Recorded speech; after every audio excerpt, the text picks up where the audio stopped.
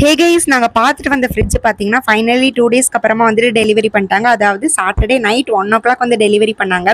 இன்னைக்கு வரும் அன்னைக்கு வரும்னு சொல்லிட்டு எக்ஸ்பெக்ட் பண்ணிகிட்டே இருந்தோம். வேர் ஹவுஸ்லேருந்து எடுத்துகிட்டு வர முடியலன்னு சொல்லிட்டு 2 days ஆயிடுச்சு. பட் வந்ததுக்கப்புறமா செம்ம குஷியாக வந்துட்டு நாங்கள் ஓப்பன் பண்ணிட்டு இருந்தோம். அன்றைக்கி நைட்டு தூங்கவே வந்துட்டு 2:45 மேலே ஆயிடுச்சுங்க.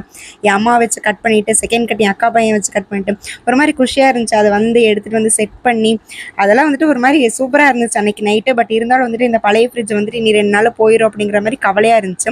நம்ம வீட்டில் அப்ளையன்சஸ் எல்லாம் வந்துட்டு ரொம்ப நாள் இருந்துட்டு நம்ம வீட்டில் ஒரு மெம்பராகவே மாறிடும் இல்லையா. அது மட்டும் இல்லாமல் இந்த ஃபர்ஸ்ட் ஃப்ரிட்ஜ் வந்துட்டு ஒரு 15 இயர்ஸாக எங்கள் வீட்டில் இருக்கவும் இது விட்டுட்டு போகுது அப்படின்னு சொல்லிட்டு ஒரு மாதிரி கஷ்டமாக இருந்துச்சு.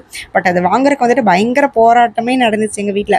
பட் இந்த செகண்ட் ஃப்ரிட்ஜ் வாங்கும்போது வந்துட்டு ரிப்பேர் ஆன அடுத்த நாளே வாங்கிட்டோன்னு வந்துட்டு அது வேறு வந்துட்டு ஒரு பக்கம் குஷியாக இருந்துச்சு. உங்களுக்கும் இந்த மாதிரி எக்ஸ்பீரியன்ஸ் எல்லாம் இருக்கா அப்படின்னு சொல்லிட்டு கமெண்ட்டில் சொல்லுங்கள். எனக்கு அந்த பழைய ஃப்ரிட்ஜ் போகும்போது ஒரு மாதிரி ரொம்ப கஷ்டமாக இருந்துச்சு. கண்டிப்பாக இந்த மாதிரி எக்ஸ்பீரியன்ஸ் எல்லாரும் ஃபேஸ் பண்ணியிருப்பீங்க. அதை கமெண்ட்டில் சொல்லி சேனலை சப்ஸ்கிரைப் பண்ணிக்கோங்க.